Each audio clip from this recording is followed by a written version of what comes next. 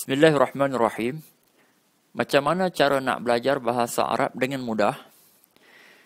Di sini saya senaraikan 5 langkah mudah bagaimana anda boleh memulakan pembelajaran bahasa Arab.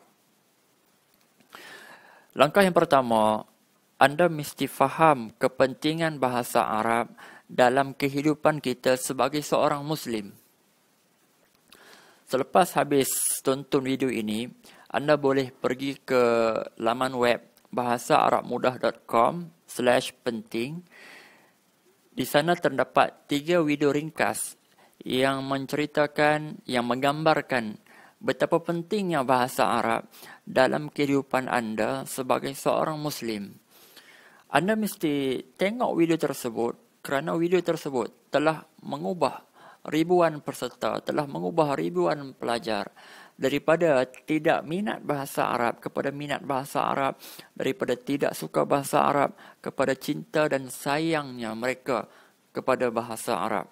Jangan lupa, selepas ini anda pergi ke bahasaarabmudah.com/penting untuk dapatkan 3 video ringkas tersebut.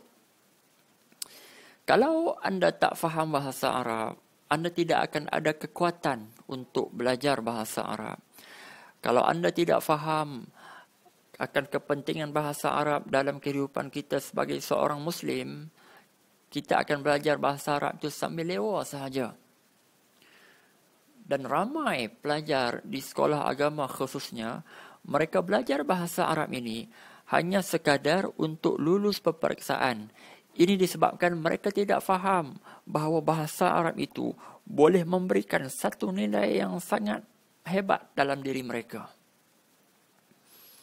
Dan ramai yang tak tahu sebenarnya bahasa Arab ini boleh memberikan kepuasan kepada diri mereka, yang mana kepuasan ini tidak dapat digambarkan dengan kata-kata. Pada zaman dahulu, memang ada satu jawatan khas untuk puji raja. Para penyair ini, mereka puji raja menggunakan puisi bahasa Arab, dan raja memberikan mereka satu imbuhan, memberikan mereka upah yang sangat mahal, yang kebanyakannya upah adalah berbentuk emas. Ini yang ramai orang yang tak tahu bahawa bahasa Arab ini boleh memberikan kepuasan pada diri kita.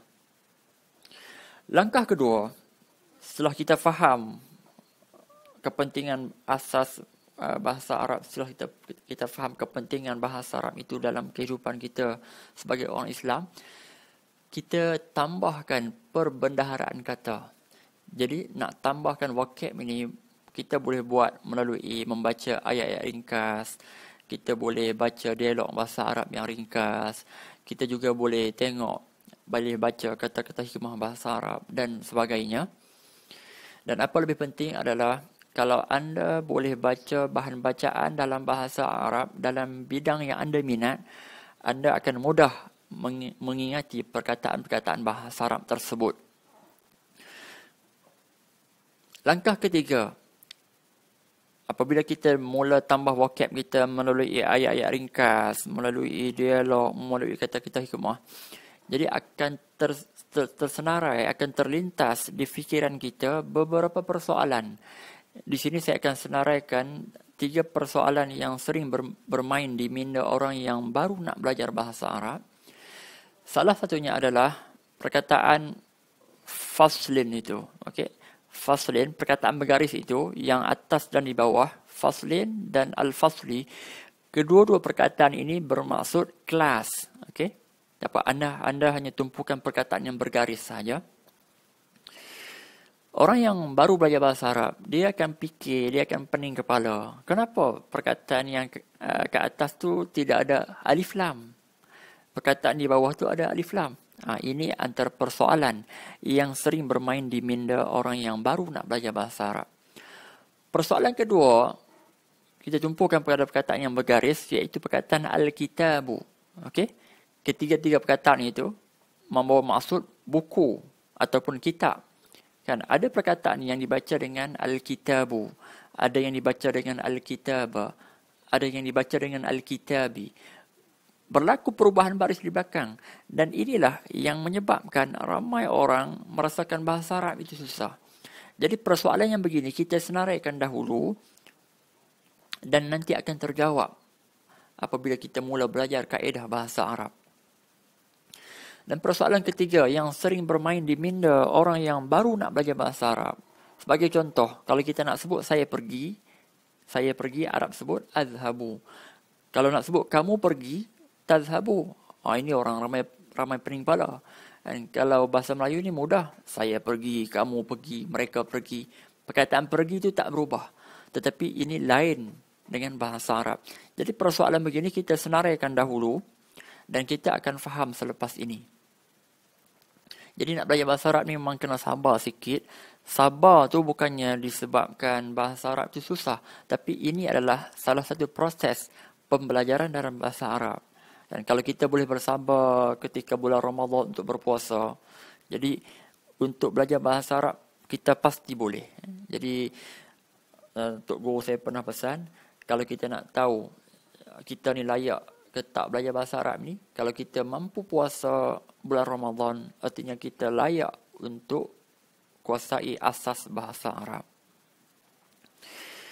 Jadi kalau kita boleh bersabar untuk belajar bahasa Arab ini, nanti kita akan rasa sonok. Sonok macam orang yang nak buka puasa. Kalau kita boleh bersabar untuk belajar bahasa Arab ni, kita akan rasa sonok bagaimana orang menyambut hari raya. Tapi kita kena ingat, sonok hari raya tu sehari je. Tetapi seronok, kepuasan belajar bahasa Arab ini, kepuasan kita boleh memahami bahasa Arab ini, kepuasan itu adalah untuk selama-lamanya. Baik, langkah keempat, setelah kita senaraikan persoalan yang bermain di minda kita mula belajar kaedah bahasa Arab. Apabila kita mula belajar kaedah bahasa Arab, maka akan terjawablah satu persoalan demi satu persoalan di minda kita. Apabila terjawab persoalan itu, maka akan timbullah kepuasan dalam diri kita, yang mana kepuasan ini tidak dapat digambarkan dengan kata-kata. Dan disebabkan itulah ramai ulama-ulama Islam membujang sehingga akhir hayat, kerana mereka mempunyai kepuasan bahasa Arab yang sangat tinggi, kerana mereka mampu untuk membaca kitab-kitab Arab. Di antaranya adalah Imam Nawawi yang mengarang kitab Hadis 40 yang sangat masyhur itu. Berikutnya, setelah kita mula faham kaedah bahasa Arab, kita teruskan belajar. Kerana belajar ini adalah satu proses pembelajaran sepanjang hayat. Lifelong learning. Orang yang belajar, dia akan sentiasa merasakan kepuasan dalam diri mereka. Dan sudah tentu bahasa Arab ini akan memberikan kepuasan kepada anda jika anda belajar dengan kaedah yang betul.